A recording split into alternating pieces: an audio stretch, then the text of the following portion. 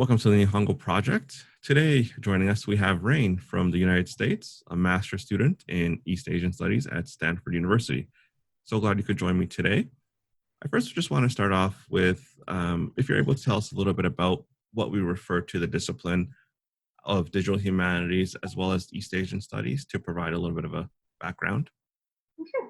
So first, for digital humanities, it is essentially studying the human condition, and rather being limited to the physical world and the tools of the physical world, we utilize digital tools and digital materials to understand this. So an example from, let's say, history of maps would be having the map be digitized, and then having other maps of the same region be digitized and creating a multi-layering effect to show someone how a region has changed. With myself, with what I do called Manga Studies, and then I'll define what Manga Studies is. So for Manga Studies, it is, or rather, you said East Asian Studies, sorry. So for East Asian Studies, it is pretty much very broadly just studying East Asia. And then what is East Asia is actually one of the questions in the discipline.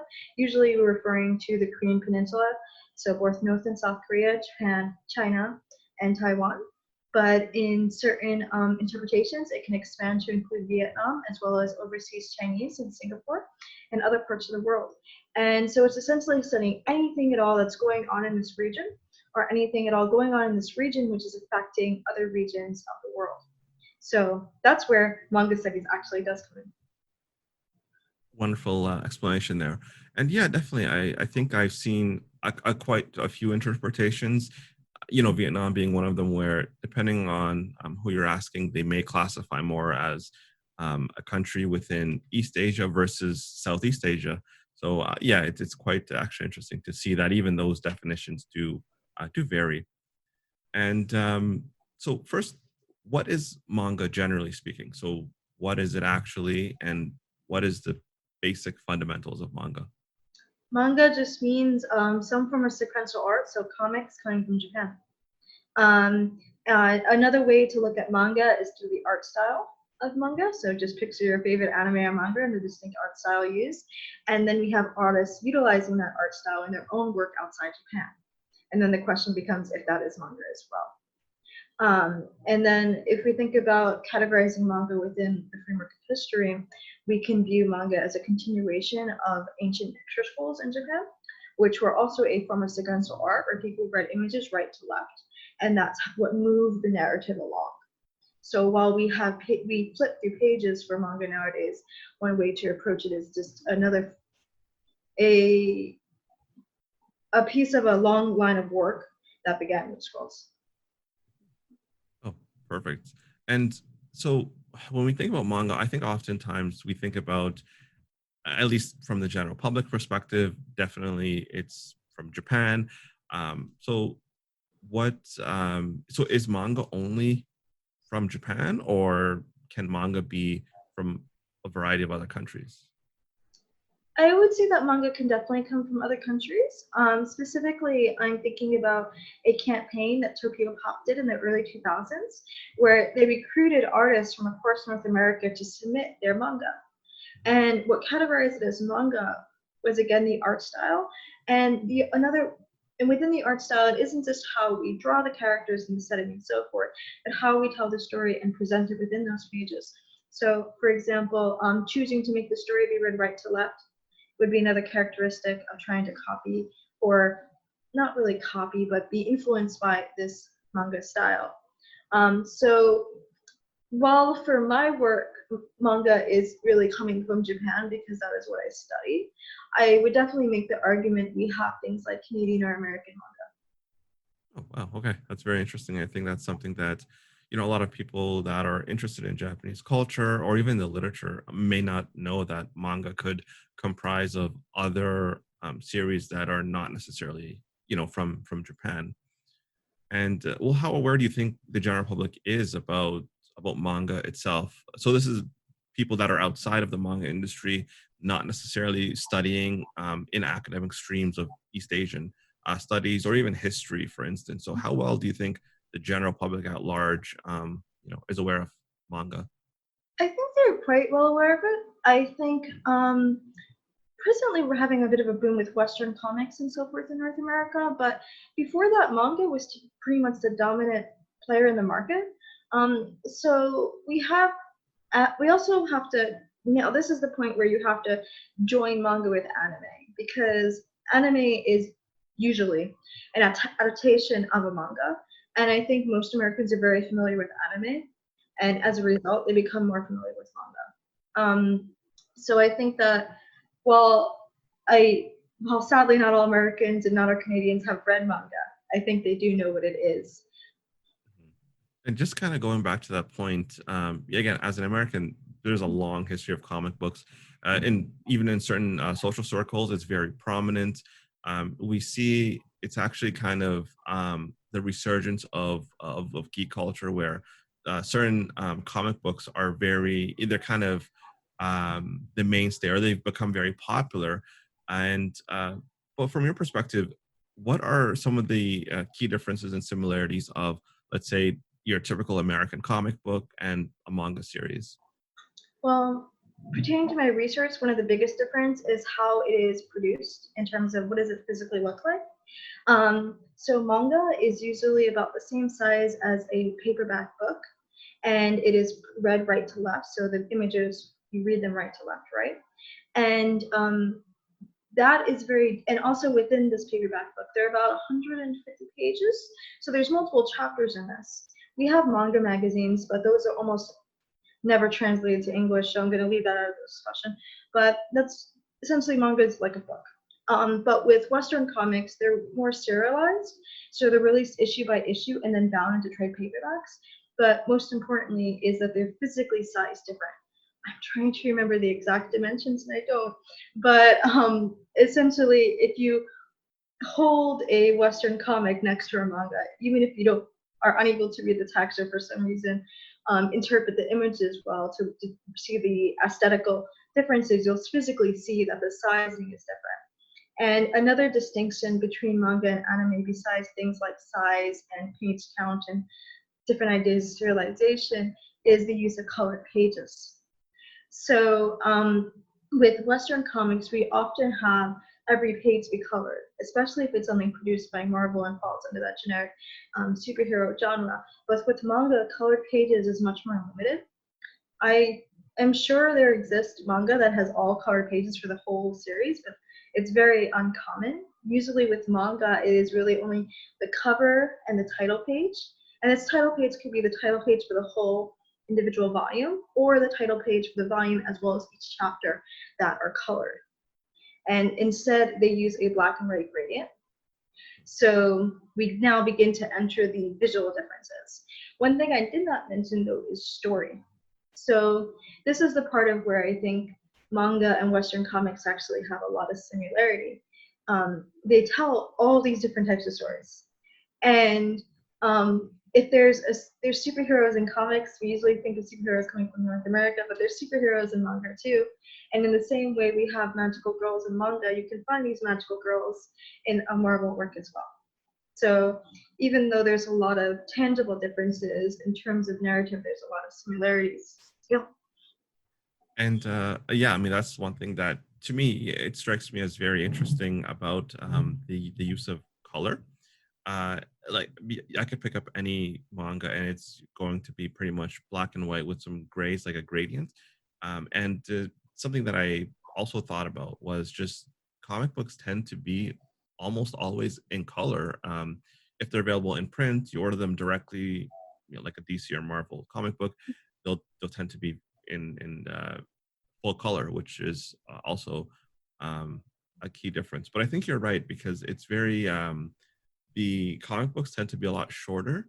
So perhaps in the end, the cost is about similar. I don't know. I'm not quite sure, but maybe there's a certain reason why manga is predominantly grayscale, black and white, versus the comic books being in full color.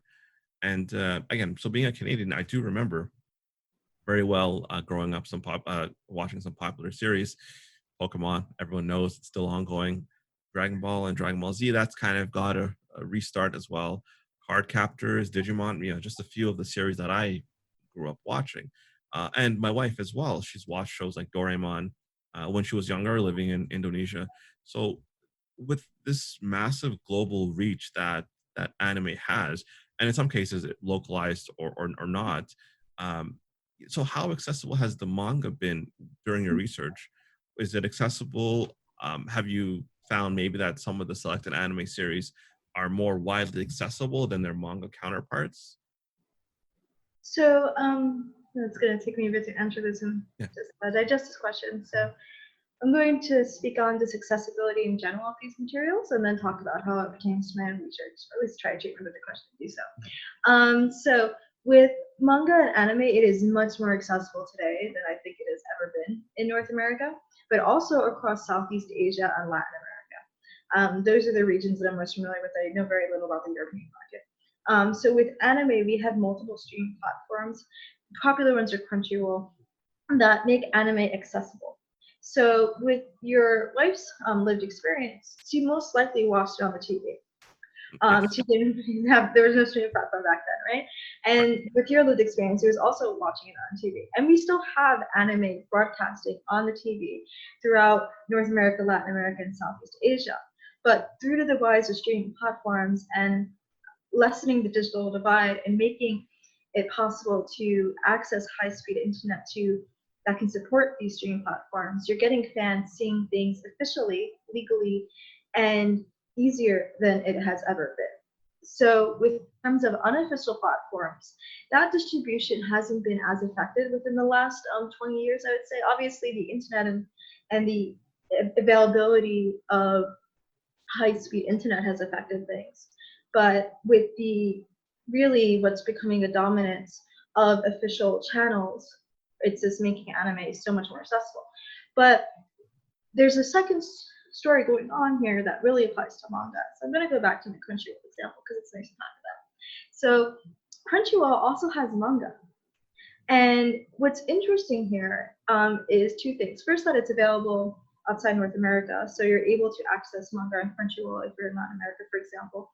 And I'm sort of clarify this with Crunchyroll. The reason why it has this global reach is because it subtitles and it produces subtitles in multiple languages like English, Spanish, Russian, and so forth.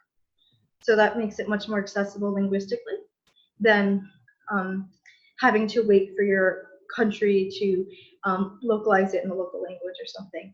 Crunchyroll already did that. So with manga, you're able to access digital manga easily through a platform like Crunchyroll. And you're also able to do something, and this is more new, with the rise of simultaneous publication, where you can read the newest chapter. So this is where I can connect my own research a bit more. So I particularly work with Cardcapture Sakura, and recently Cardcapture Sakura became available through Crunchyroll. So we just had a chapter come out yesterday. You can read it on Crunchyroll. That was the same exact time it came out in Japan. That is really, to me, as someone who's been a fan and as a researcher, that's amazing. To have a work come out in Japan and have it accessible to people outside Japan more or less at the same time, and also in various languages. So for Cardcapture Sakura in particular, with Crunchyroll, I know it's available in English, but you can also read the Cardcapture Sakura sequel in Spanish, Portuguese, Chinese, I think that's all of them, through another digital platform called Platfans. And this is officially published by Kodansha. So there's much more access through digital platforms than there have been when we were limited to using physical materials. Yeah. And yeah, absolutely. I think because more and more regions of the world are developing in a way that the infrastructure is being rapidly invested in, and you're seeing fiber optic cables being laid, and the general public having access to fiber optic cables and internet that's a lot faster than dial-up used to be. And I know in many countries your mobile service, so that 3G or 4G LTE connection, that is now fast enough for you to actually stream some of these, anime series, and even it might be one's only hotspot into the internet. So if they're using like an LTE network, which is fast enough, it's definitely and more people are getting into smartphones and that sort of thing. So it's definitely I think also become more widely accessible through maybe some of those means. So for now, let's shift the discourse and the conversation a little bit to the to manga localization and domestication within the U.S. So, starting off, we talk about that term. So, what is localization? Are you able to give us kind of a nice, neat definition of localization? I think previously, before we had things like simultaneous publication and simultaneous subtitling and so forth, we were really thinking about how can we bring this work to a place outside Japan, and when we do that, how do we make it playable for the local audience? So one example of that is simply translating it into English or whatever the language is of the area it's coming to. That's usually when people think about localization. I think that's kind of where they stop. They think, okay, we translated the text to English, we're done. That doesn't work for manga because manga it's an entire text. It has images, it has notes, it has cultural references that may not be known to the audience in North America. If we're thinking about this from a Japan to North American localization, right? So that's when you get to a long, long history of American publishers, sometimes joint Japanese American publishers, publishing manga in a way that it physically does not look the way it does today. So they used to actually publish it in a what we call floppy comic format, which is the same format we use for something like Marvel. So they would cut it up, they would make it be read left to right, not right to left, and they would release it chapter by chapter. And that looked very different than manga is today, and very different than manga looks like in Japan. What they're thinking, oh, when we localize this, we want to tell people it's comics, so we're going to put it in this comic packaging, and hopefully they'll buy it, right? That didn't work out. Oh. They tried different methods to localize manga, and in 2002 we have Tokyo Pop, which does its 100% authentic manga campaign, where they stopped trying to put it into this floppy comic format. They stopped flipping the pages to left to right. Rather, they make it right to left, and they have it be more or less the same size as a Japanese manga volume.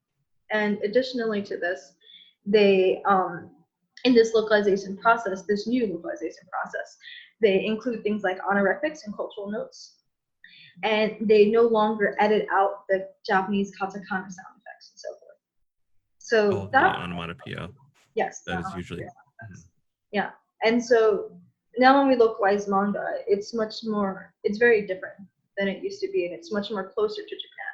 But really what I want to end with here is that localization kind of was like, it started in Japan, there's an endpoint for the work, and then it starts up again in North America when they start adapting the work for North American audiences. But we have simul publication occurring, so works are being published and made available at the exact same time, and often through the same medium. So an example of that would be the Shonen Jump Plus platform, which allows users from around the world to access the Shonen Jump manga magazine in English or Japanese. In terms of the user experience of that website, you're not seeing many differences between the Japanese user experience and the North American user experience, because it is the text that is not being the text is being translated, but they still have the same platform. So in that case, we get what is localization when the publisher is just really translating their website. Right. And I actually I think Shonen Jump is still the most popular. I don't know. Are they a publisher or kind of a series of different collections that they have under their branding? I still think that's probably the most popular in Canada, perhaps North America as well, because they've covered very famous the manga uh, text of very famous anime. And we've all, I think, seen an anime that was from the Shonen Jump domain, I guess I could say. And so, is there actually kind of a basic timeline of when manga first emerged, in Japan itself, and then maybe up until the localization of the very first manga series or thereabouts in the United States? So, kind of from Japan up until it arrived in the U.S. So with manga, like I said, we can make it a very early start date by connecting it to ancient picture scrolls. Another start date of manga is, and this is much more debated, is thinking back of Hokusai manga, which is a collection of sketches that Hokusai produced and he titled it Manga. This was done in the late 19th century. So was that manga? Well, there's sequential art, but it looks very different than the manga that we have today, the Naruto manga that you buy at the store in Japan or North America. So really, I would say, we can start with the Hokusai manga, we start with picture schools, but I think the biggest thing was the advent of manga magazines that occurred in the early 20th century, when you started having these telephone book size anthologies of various different comic book like series. And so with manga coming to the America, there was, I think, two periods of time that I want to mention here. So like I mentioned, when manga came to America in the 1990s, so when Sailor Moon was first published in English in 1998, it looked like a Marvel comic. Again, it was a thin, floppy comic form, right? And this is where I focus my research. But if we go back to actually 1962, we had a publisher called Gold Key, which is an American publisher, and Gold Key lasts until 1984. Their focus is mostly North American comics, but they do publish Astro Boy.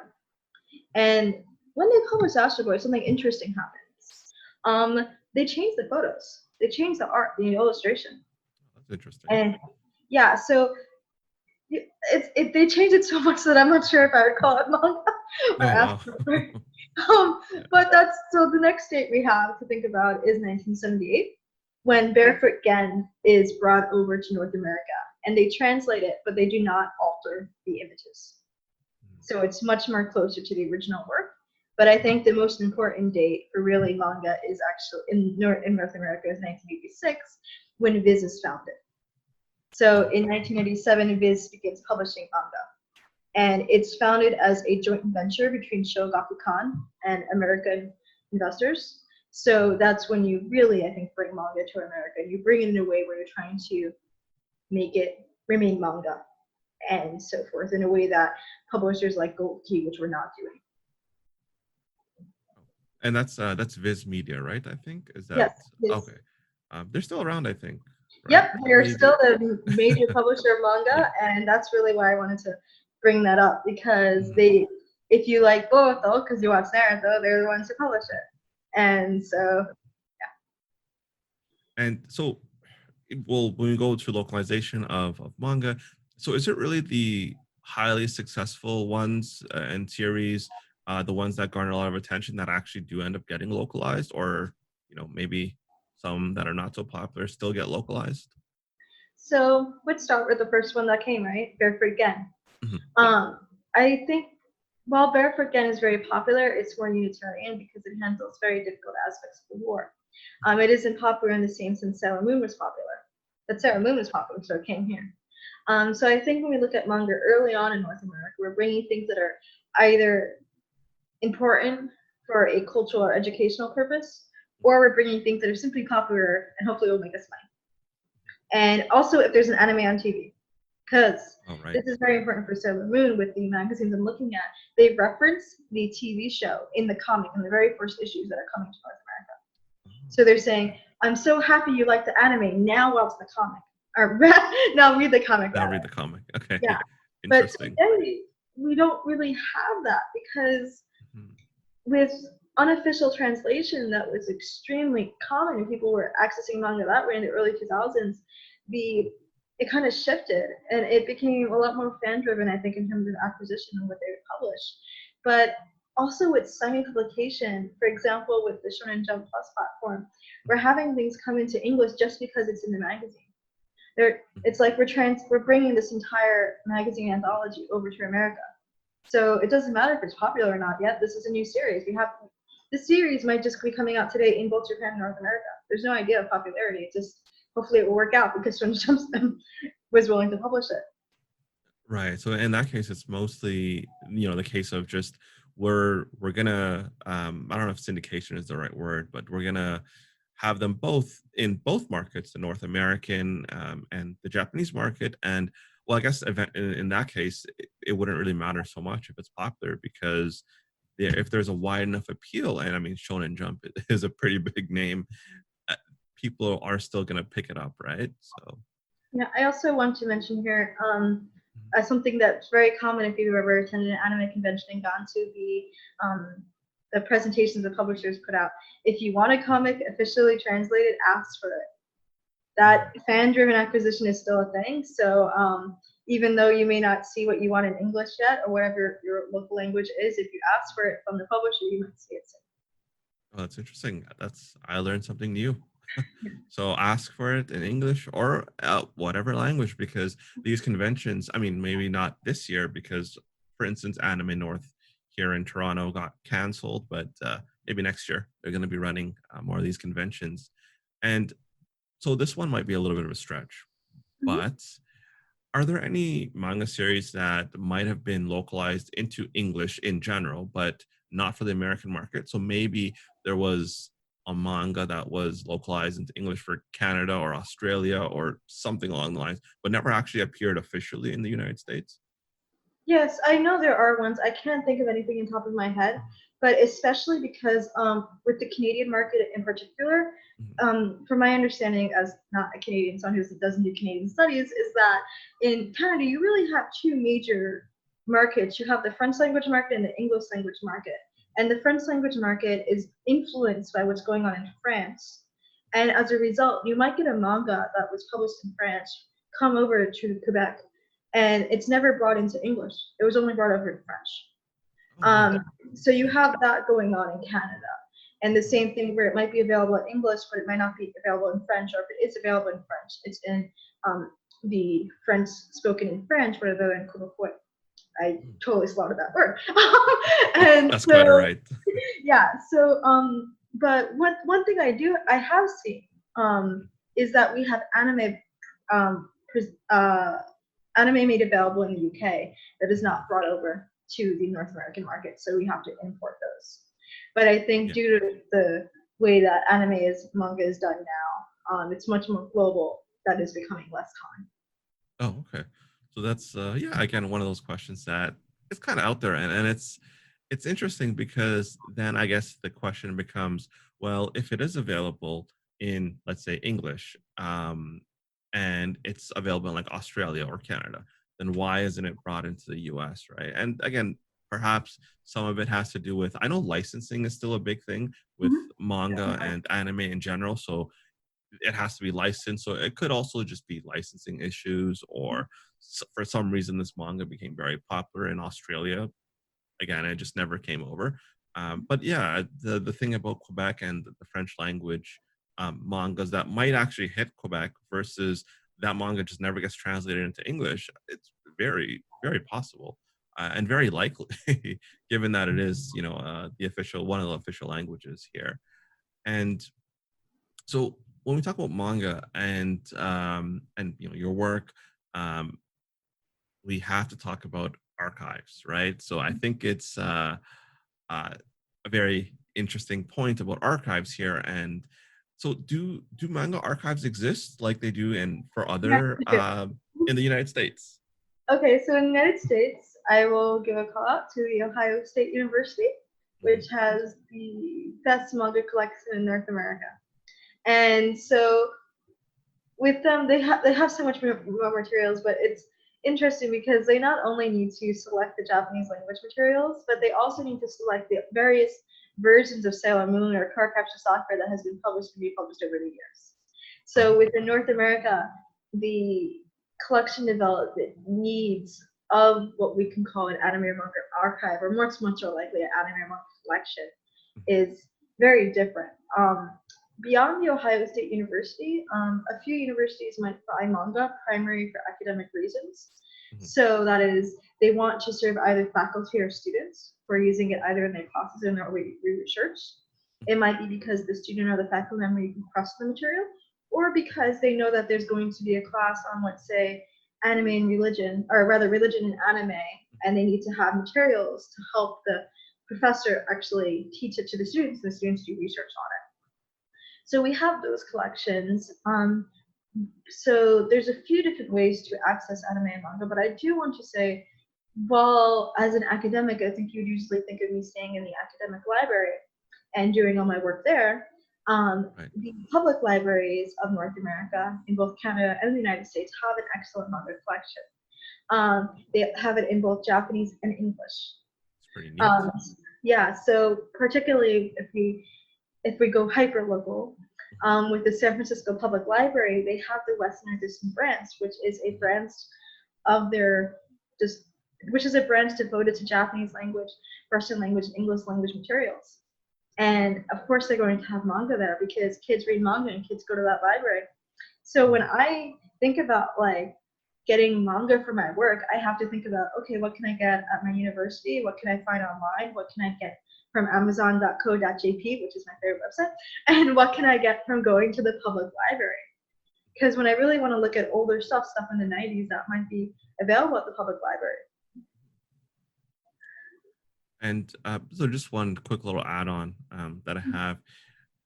So a lot of these, so what I've noticed just in my kind of brief travels in Japan is that bookstores are still relatively common. Maybe it's just a Tokyo thing.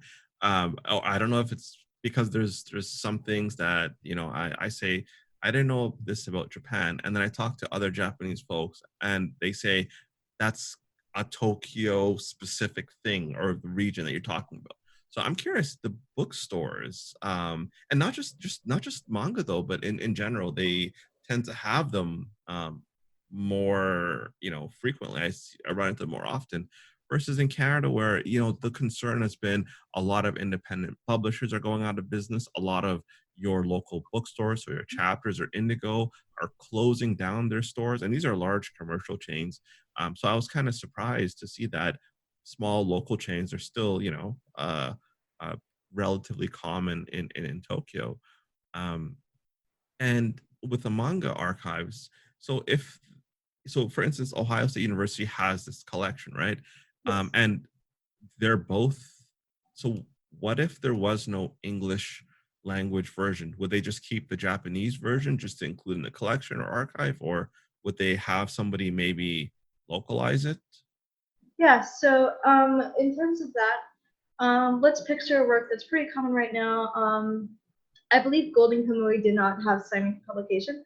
So when Golden Kamuy first got popular and got awards and so forth, the Ohio State University, and really I should be more broad here, a university that collects manga may have purchased it because it won this award. It features Ainu characters. So and so asked for it to include it in their lecture next week, or not Right. next week, it'd be too soon, it'd be next month. But so Maybe next that would month, be yes. all reason for them to purchase it in Japanese. Oh, okay.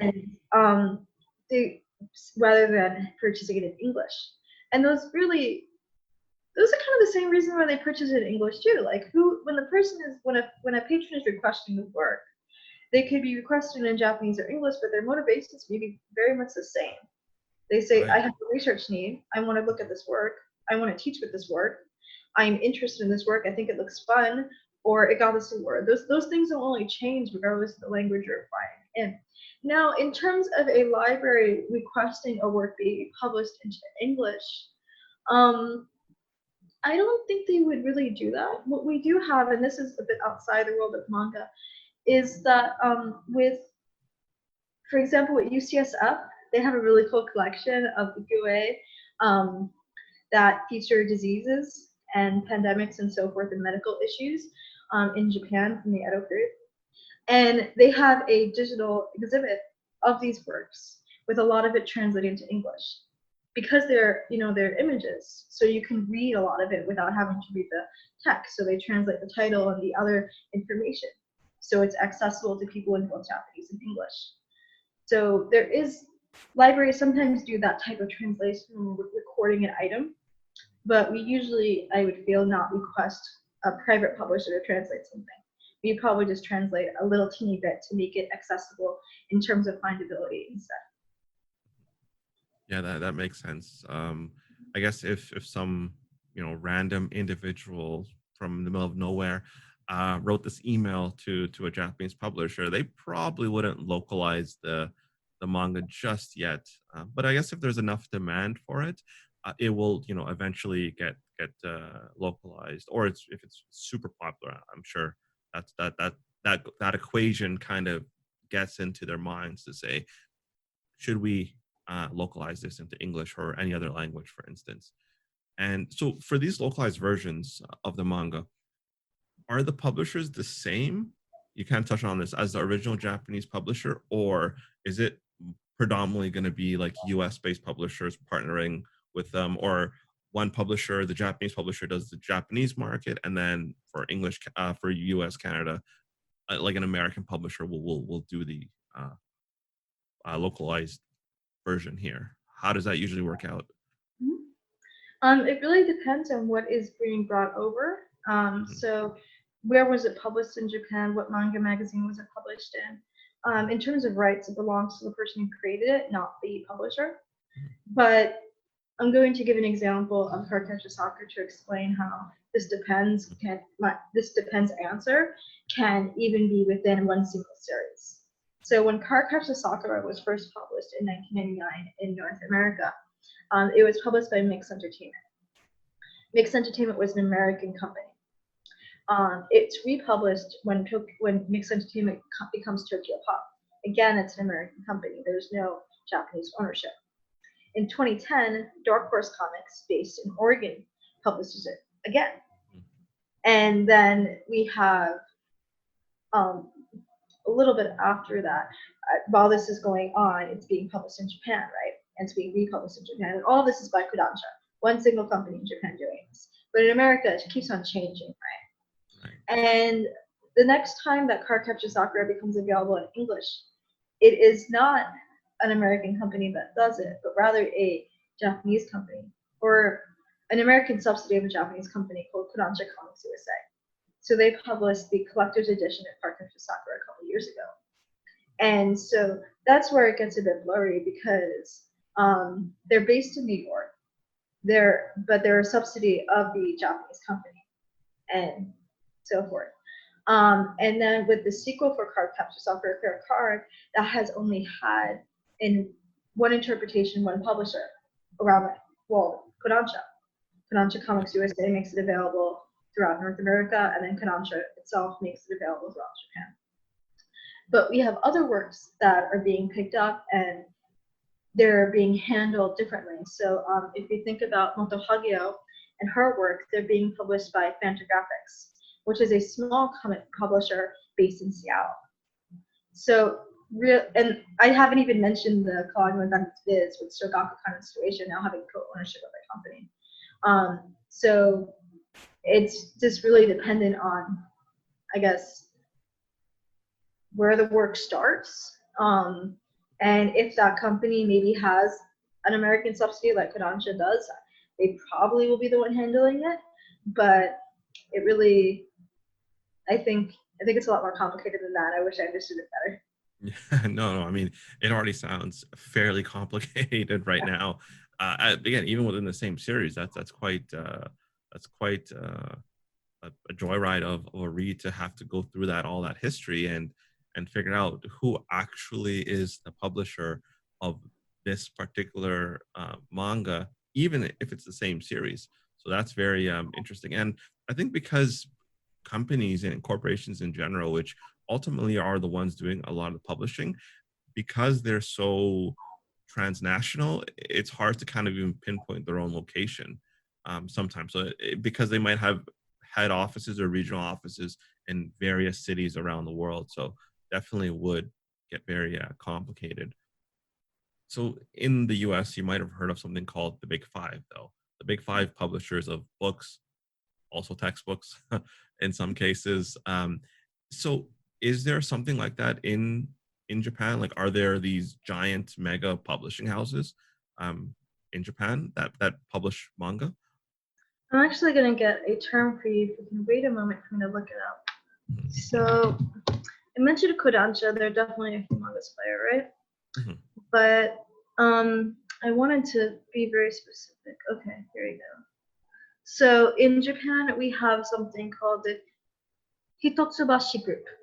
The Hitotsubashi Group members include Shogakukan, Shueisha, Viz Media. Apparently, they have a minority stake in Crunchyroll and a ton of other companies. So we do have this idea of having like these major players who run a very large share of the manga market and publishing a lot of manga. To think that like, because the amount of manga the Hitsuboshi Group publishes would be enormous. The same thing with Kodansha in Japan. But we also have something called doujinshi, which is fan made works, and those are just published by what's called circles at the university. Well, Shogakukan is not controlling that at all, or any of the Right. major publishers. It's all just self-made works. Sometimes they can be a unique story, or sometimes they can be pretty much a fan fiction of a currently done manga. But Mhm. beyond these ideas, we have the individual controlling the production, and then the Mhm. huge company controlling the production, or at least highly influencing it, right? Mhm. We also have digital manga. So you can publish, I think they just closed it with Line, but you can publish your manga just on simple apps. You can publish on Pixiv, you can go through Webtoon, and you can make it widely available. That's really why we saw the rise of Webtoons in Korea, actually, because of this.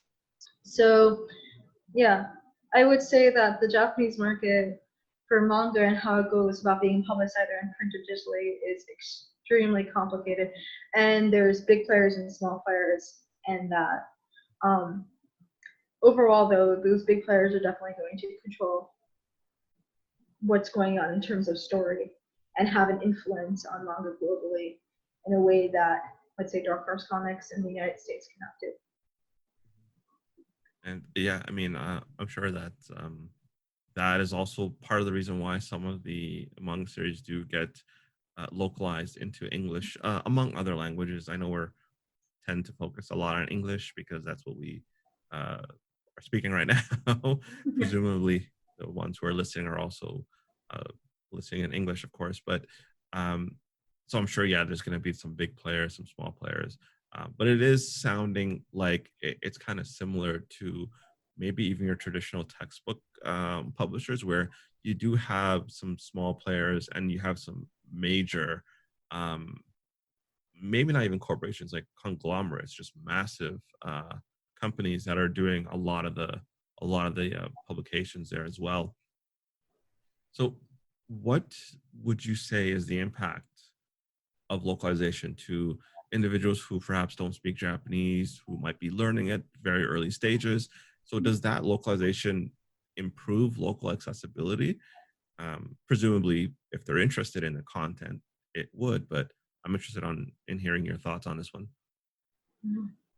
I think localization of anime and manga really dramatically changed, like we can say, geek culture and geek society in North America, in ways that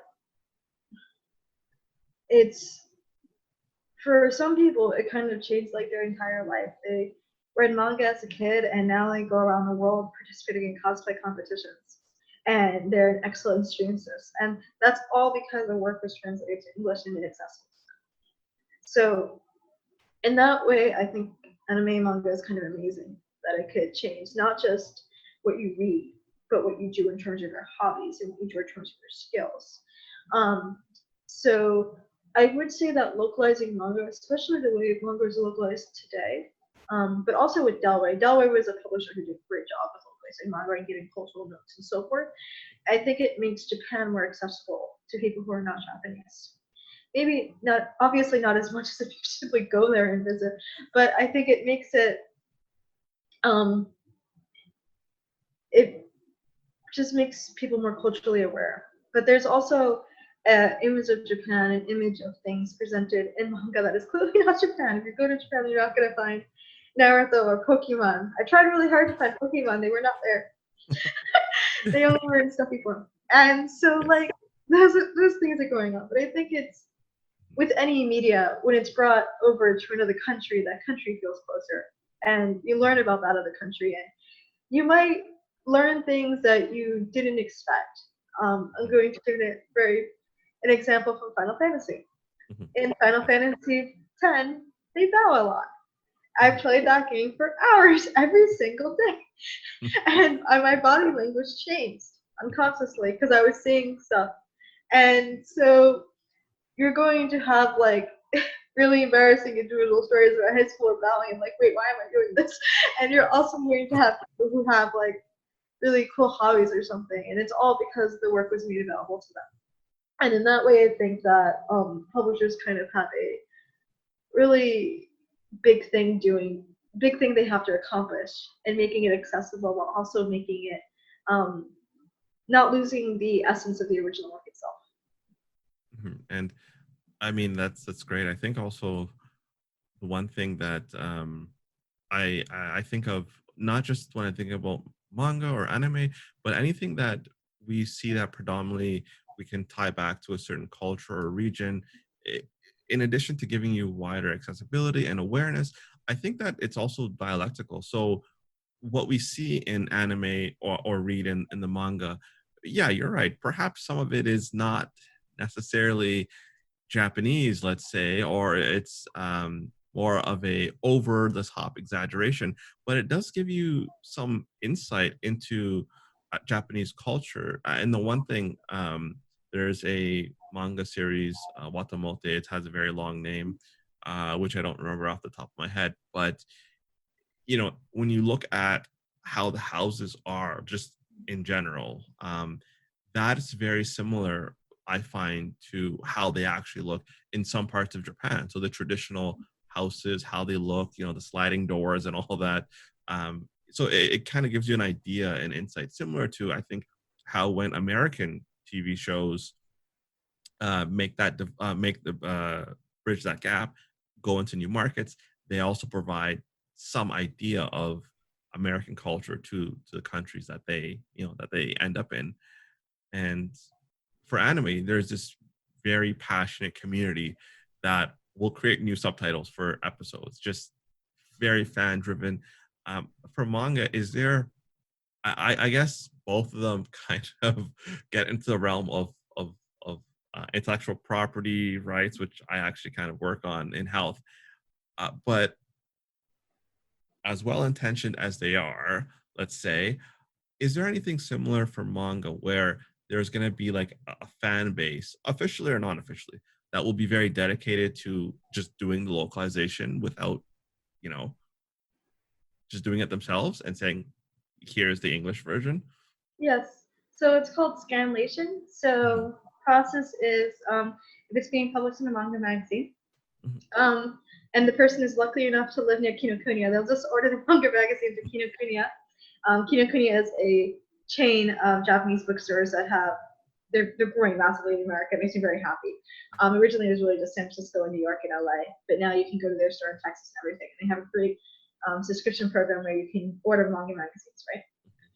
So this was before manga magazines were made available digitally, but the idea was you get the manga magazine, you scan it in your house, or you get the manga volume or if you're not too impatient, and you go scan it, and then you send it to your friend. Your friend knows some Japanese that they took in high school, and so your friend is able to copy out the language, not translate it, but at least like clean up the files and know what to keep and not keep because they can read the text, right? Well, they send it to another friend. This friend is the one who actually knows Japanese, and they translate it. And now you have all these multiple files, one of a manga page without the text, one of the translation, and you send it to a few other people. mhm. Maybe one person can do all this. They put it all together and they put the English text where it's supposed to be. They fit it, and they pick the font that looks nice and all those things. They clean it up because manga magazine pages are often low quality, so the scan will reflect that. And then they make it available online. And so they might be making it available through a website, but previously it would be through something like torrents or peer-to-peer sharing and so forth. And these people who scan late sometimes can do this work extremely fast because they would assign people in different time zones. So this is extremely illegal, but they would get the manga magazine in Japan because they have that one friend in Japan, Mhm. and they would scan it in Japan, and then they would send it to the person who can do the rest of the work. Sometimes an individual is able to do all these different steps, and I probably skipped a lot that I'm forgetting, but often it's a group of people, and they're working across different time zones, either because they're online communities and online communities exist across other time zones, or because they're specifically trying to get people who can work quickly and are in the next time zone and so forth. So I, from my understanding, I think the scanlation like groups and the animes subtitling groups are pretty much the same. They have obviously different skill sets, but Mhm.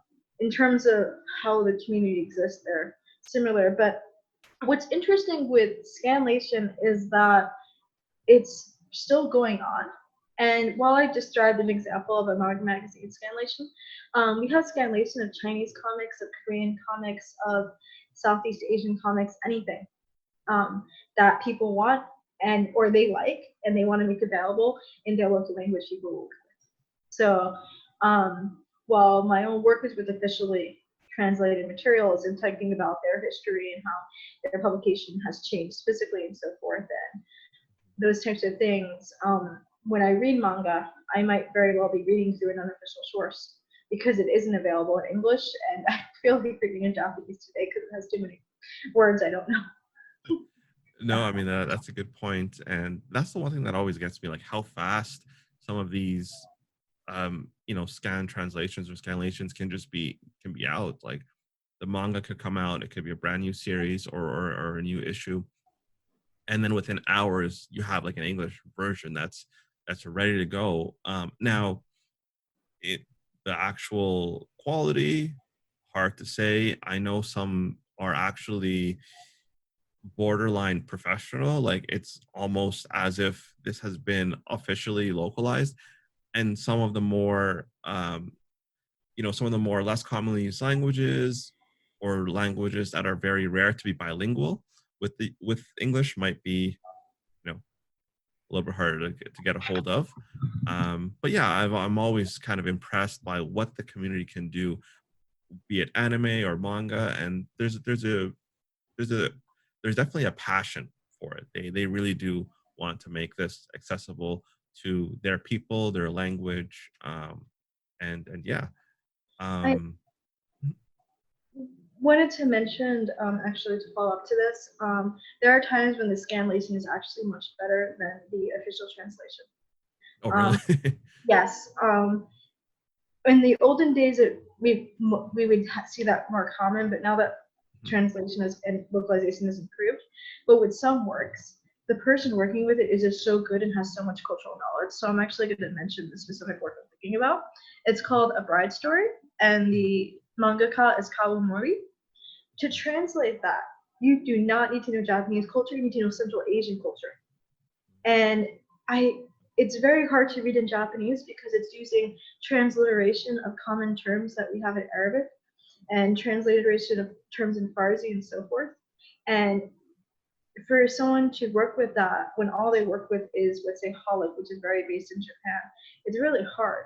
So whoever is doing that is doing an excellent job in not only making the manga accessible in English, but making the Central Asian culture presented in that manga accessible to people as well. Oh yeah, that's an excellent example. Because like we kind of mentioned previously, localization is not just translate and you're done, right? I mean, I've taken basic Japanese with an amazing professor, Professor Norio Ota. We call him Ota Sensei. Um, I do believe he's the reason that the Japanese language proficiency test happens on our campus of all places. It could happen in Toronto, and he's an outstanding guy. And one of the things I've learned, in his Japanese course was I learned English basically, is what I learned because he taught us with this methodology. In order for me to teach you Japanese properly, linguistically, and to understand some of these nuances, first you have to understand them in English. And now we're going into the language side, but I think it's important we don't learn those nuances when you're a native speaker, right? If you grow up with English or another language, I grew up with a couple other languages, you don't know those nuances. So it was great that he was able to teach us that, look, if you want to say something in English or you see something in Japanese, it's not enough that you could just translate it or speak it. There's a lot, behind the scenes that comes out often in manga because it has so many cultural references with it contained within it. And so I always think back to those days where he said it's not just about the translation, and there are some words you just can't translate because there is no equivalent English word. Um, and so again, in these circumstances of COVID-19, what are some of the challenges that you've faced, you and your fellow colleagues conducting this type of research because you rely so much on these actual materials that you need to obtain? Okay, so for people in general who are relying heavily on library resources and Hmm. physical library resources, it could be picture schools or it could be comics, but they're used to Hmm. seeing them in person and physically handling them. It is really problematic. So Canada has had a much stronger response to the COVID-19 pandemic. So I'm not sure what the situation is for libraries where you are, but here our library is closed for months. And while they were closed, librarians were not even able to like access the materials to process them, which means they just sat there, which is something that could damage the materials. So before the student or the patron even shows up, on the day that the library opens, they may be unable to access the materials because it got damaged, so it needs to be fixed at the library or off campus, or it's still in the box and they can't get it. And so that's a humongous issue, um, because that means that it becomes increasingly difficult to do your work. In the same way with the labs being shut down, if the library is shut down, or and for me that is including the public library, that can become really difficult. So I'm not sure what other anime and manga studies fans are doing, but one thing I did was the moment Kinokuniya opened up again was I got a manga magazine subscription myself because I can't wait and I need to access these materials now. So I used some of my funding to pay for that. And I think that's what a lot of students are going to have to do because they need to get, because if it's something where they can't access it at all, like scrolls, you need to go to the library. But with comics, we can just buy the comic. So I'm just going to buy the comic because thankfully I'm working with stuff that I can get. You can get it through importing or something like that. Now, I do want to make reference to digital materials. So we have digital manga. Either it was born digital or it was digitized later. And people who are doing anime and manga studies research are able to access those. If you're working with anime, of course, you can also access streaming platforms, or you can purchase DVDs or whatever it may be, or simply download it from an unofficial source. And so there's multiple ways that people are doing it, but there is something that thankfully we were able to access, regardless of the library being a physically somewhere we can go or not, which is our digital collections in terms of journals. So anything related to anime and studies, scholarly publications and communications, we're able to still access those. But in the broadest scheme of things with students, and as we begin the fall with many universities, including my own, going online for the entire academic year, we get into the question of, if we are teaching anime and manga, how do we get students able to access it? Because I'm just gonna give an example. Moto Hagio's They Were 11 was localized and translated by Viz, I believe in the late 90s. No, wait, it was either somewhere in the 1990s, right? And I have that because I borrowed it from the library and I really liked it. And I think if I taught a class, I'd want to include that. I can't because I can't get it from that library anymore. And I can't show it to the students because I can't see them. And so I'll just scan it. And if I scan it, it kind of becomes useless as a teaching tool, because the reason why I wanted to show it was I wanted to show an example of manga early in the United States and what that looked like. And so it's like, I guess I can show it in a video, but you're becoming all these issues. And you also have to consider students that were utilizing our archives and libraries as a place to do their work, and now they no longer have that place. So even if there's a way for them to access all these materials, if they don't have a quiet, safe, clean place to use them, it doesn't really matter. And there was something that you mentioned there that is very important because I do believe that the general public is needs to know that libraries are very controlled spaces. There are some very old books that are written on different types of paper that require a constant temperature, and there's an entire like discipline of how do you store materials in an archive for long periods of time. And with libraries closing, the one question that I haven't seen yet online at least come up, passively was, what are we going to do with our archives? What if there's some material that's lost, that this is really the only copy or one of the few copies that exist? That's definitely something that should more attention should be paid to. I also wanted to mention something before I forget, Mhm. regarding your previous question.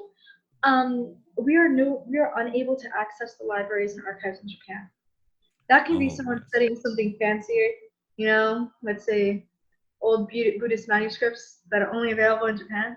They were Mhm. going to do a whole dissertation on it. It's gone. They can't get there. Wow. And we have people who would come to North America to access materials. Mhm. It'd be highbrow all over. They can't get here. And the same way I can't go to Canada right now. So that's a tremendous issue, and it is Mhm. causing people to change their dissertation or their thesis. My own work was changed. Like, if I can't access materials in Japan, I have to rely and push my thesis being more American focused, for example. Yeah, and that definitely can even change the trajectory of the final paper, dissertation, or thesis. I mean, it's a big shift, and sometimes there's other ramifications. You got to switch up your committee or your supervisor or advisor. It becomes very, problematic, and yeah, that's something that's affecting a lot of disciplines, unfortunately, at the moment. And I mean, hopefully, as we go through this pandemic, things will get a little bit easier. We'll be able to open up more a little bit once it's safe to do so. And, hopefully that this condition, we do get a vaccine, but that's a whole nother topic as well, in of itself. And now that we've been kind of disrupted globally, previously we were more connected, right? The idea of this global village. So, what are your thoughts on how our increased connectedness, the idea of that global village, has changed how manga is, bought, stored, read, shared, etc.? I think we're really heavily reliant on digital manga, digitized manga, anything than we were before. And I think that one interesting thing that I hope someone wrote a paper about maybe is, what about anime on Netflix? Before the pandemic, I did not really. I knew, of course, I knew Netflix on anime, occasionally watch it, but I was mostly looking at Crunchyroll or just buying the DVDs or something like that. But because I'm home, I'm looking at other channels. So Netflix has been releasing more and more anime, and so that means how we communicate, how we enjoy anime changes. I'm bringing up Netflix in particular because you can have a Netflix watch party and you can all watch the anime virtually together. Before the pandemic, why would I do that? I'd invite people over to my house to watch it. That would be the big Exactly. thing. Come to my house. I have this DVD. Come to my house. I have this subscription to Funimation. So let's go hang out, right? And that changed. And I think um, I also would be curious how this affected like unofficial localization. And Right. if people, because with unofficial localization, they were working from home already, True. but official localization was working in the office, or well, at least a lot of their work was being done in offices. Yeah, It's not definitely. possible. So yeah, in terms of concrete things I can say, we are seeing anime and manga be delayed. Mm. Specifically with anime, where it was supposed to be released on such and such a date, but now it's delayed. Or the movie was going to be released, but at that time theaters were closed in Japan, so they wanted to release it later. And so that's affecting things quite globally. And then we have another thing that's going on with the pandemic's effects on conventions. Mhm. So we can, I don't know when we're going to have Anime Expo again. If I wanted to Next catch year, COVID, maybe. I'd go to Anime Expo Mhm. because it's you always, because we have this joke in the anime like fan community that you get sick from conventions. It's Right. just a thing. You're gonna come home Mhm. sick. Yeah. It's just what happens. And Mhm. we can't do that anymore. Yeah. And so at these conventions, you not only had people like engaging with their hobbies that they got from anime and manga, like cosplay, but you had Mhm.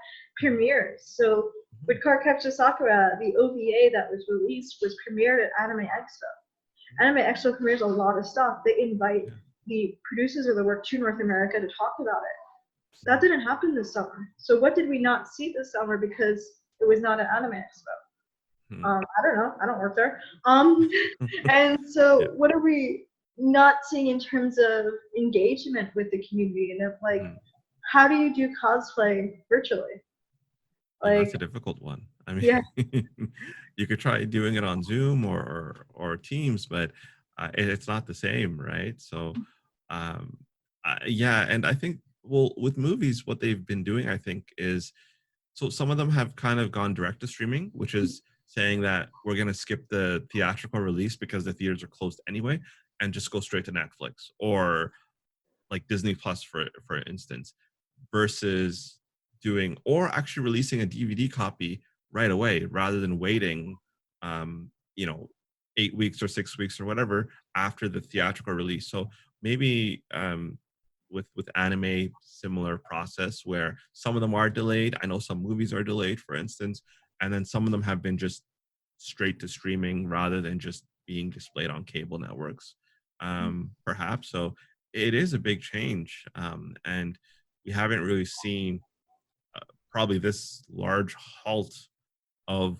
global connectedness, commerce, and travel since probably World War II. I would imagine maybe, yeah. I mean, that's kind of what I can think of because I don't even remember the last time that everything was shut down. Mm. Yeah, I even with World War II, if we think about that shutdown, but we had mass movement of people as soldiers Mhm. and so forth. So it's yeah, it's a very unique experience we're going through, Yeah. and it is affecting every single aspect of our lives. And so, of course, it's going to affect how people consume, produce, enjoy, and all those things related to anime and manga. And again, it's been terrific having you on here, Rain. I've learned a lot. I'm sure our listeners have also learned a lot about localization and even some of the fundamentals of anime and manga. It was a very great discussion. And any final thoughts you want to leave the listeners with to ponder upon? Hmm. I guess if you haven't read manga and you haven't watched anime, I would hope that you would give it a try.